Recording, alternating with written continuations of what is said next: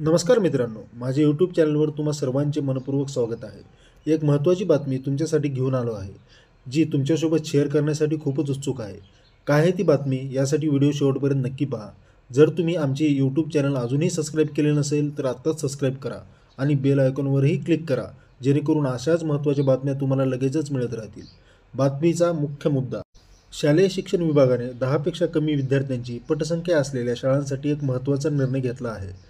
महिनाभरापूर्वी सरकारने एक पत्र काढून अशा शाळांना कंत्राटी शिक्षकांची नियुक्ती करण्यास मंजुरी दिली होती। तर पुढे काय होणार आहे मित्रांनो, राज्यातील अशा शाळांसाठी शिक्षक निवडीची प्रक्रिया सुरू झाली आहे आणि लवकरच या शाळांसाठी नवीन शिक्षक मिळतील अशी अपेक्षा आहे। कंत्राटी शिक्षकांची नेमणूक कशी केली? सरकारने मानधन तत्त्वावर प्रत्येकी एक शिक्षकांची नियुक्ती करण्याकरिता निर्णय घेतला आहे। यापूर्वी 20 किंवा त्यापेक्षा कमी पटसंख्या असलेल्या शाळांसाठी हे धोरण होते। आता ते 10 किंवा कमी पटसंख्येवर लागू करण्यात आले आहे। वरील प्रक्रिया ही आचारसंहितेमुळे प्रलंबित होती। निवडणूक आचारसंहितेमुळे थांबलेली ही प्रक्रिया 26 तारखेला आचारसंहिता संपल्यानंतर पुन्हा गती घेणार आहे। गाव तिथे शाळा धोरणाचा परिणाम: मराठी शाळांची संख्या वाढली, पण शहरी भागात इंग्रजी माध्यम शाळांमुळे विद्यार्थ्यांची संख्या घटली। या समस्येवर मात करण्यासाठी आणि जिल्हा परिषद शाळा पूर्वपदावर आणण्यासाठी हे प्रयत्न सुरू आहेत। शिक्षकांना आता शिक्षक होण्यासाठी एक संधी आलेली आहे।